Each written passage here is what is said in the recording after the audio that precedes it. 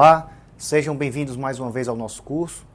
Nesta aula, analisaremos de forma mais aprofundada as questões referentes às causas impeditivas, suspensivas e interruptivas da prescrição.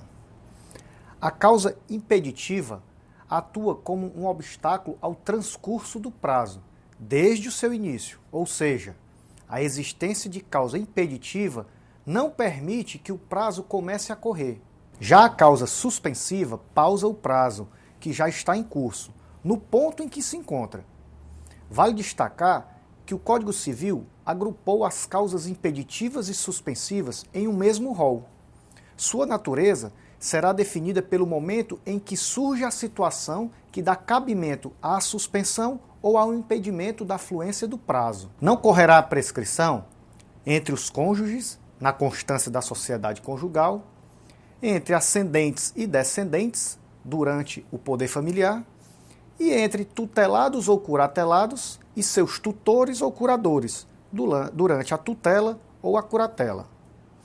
Também não correrá a prescrição contra os absolutamente incapazes de exercer pessoalmente os atos da vida civil, que são os menores de 16 anos, contra os ausentes do país em serviço público da União, dos estados ou dos municípios, ou contra os que se acharem servindo nas Forças Armadas em tempo de guerra. A prescrição não correrá igualmente quando pender condição suspensiva, não estando vencido o prazo ou pendendo a ação de evicção, que é a perda total ou parcial da posse ou propriedade de um bem que foi adquirido em favor de terceiro por meio de determinação judicial movida por outras partes.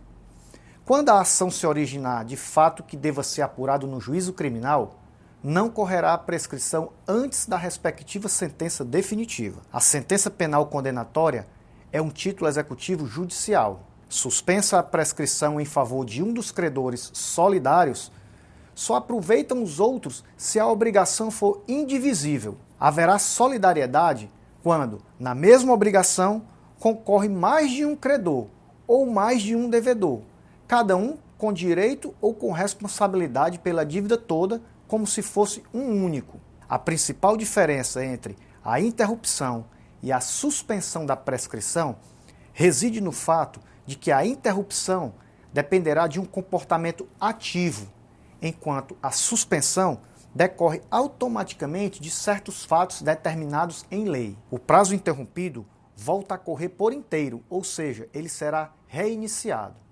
A interrupção da prescrição, que somente poderá ocorrer uma vez, se efetivará em virtude dos seguintes acontecimentos. A interrupção da prescrição se efetivará por despacho do juiz, mesmo que incompetente, que ordenar a citação se o interessado a promover no prazo e na forma da lei processual. A interrupção da prescrição, operada pelo despacho que ordena a citação, ainda que produzido por juiz incompetente, retroagirá à data da propositura da ação. A parte não será prejudicada pela demora imputável exclusivamente ao serviço judiciário. Despachos que determinam a emenda da petição inicial e a sentença que indefere a petição inicial não interrompem a prescrição.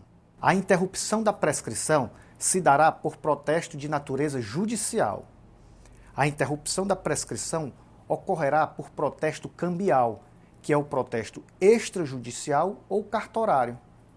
A interrupção da prescrição se efetiva pela apresentação do título de crédito em juízo de inventário ou em concurso de credores. A habilitação do credor em inventário, nos autos da falência ou da insolvência civil, demonstra um comportamento ativo que evidencia a intenção do titular do direito em interromper a prescrição. A interrupção da prescrição se efetivará por qualquer ato judicial que constitua em mora o devedor. A mora é a impontualidade no cumprimento de uma obrigação. A interrupção da prescrição se dará, por fim, por qualquer ato inequívoco, ainda que extrajudicial, que importe reconhecimento do direito pelo devedor, o que abrange os atos de reconhecimento da dívida, como seu pagamento parcial ou solicitações de extensão de prazo. A prescrição interrompida recomeça a correr da data do ato que a interrompeu, ou do último ato do processo para a interromper. A prescrição pode ser interrompida por qualquer interessado, seja este o próprio titular do direito, seu representante legal ou um terceiro que tenha legítimo interesse na situação. A interrupção da prescrição por um credor não aproveita aos outros. Semelhantemente, a interrupção operada contra um codevedor ou seu herdeiro não prejudica aos demais co-obrigados. A interrupção por um dos credores solidários aproveita aos outros, assim como a interrupção efetuada contra o devedor solidário envolve os demais e seus herdeiros. A interrupção operada contra um dos herdeiros do devedor solidário não prejudica os outros herdeiros ou devedores, senão quando se trate de obrigações e direitos indivisíveis. A interrupção produzida contra o principal devedor prejudica o fiador, uma vez que a fiança tem caráter acessório e segue o destino do contrato principal. Em nossa próxima aula, estudaremos os aspectos processuais da prescrição e prescrição intercorrente. Até lá!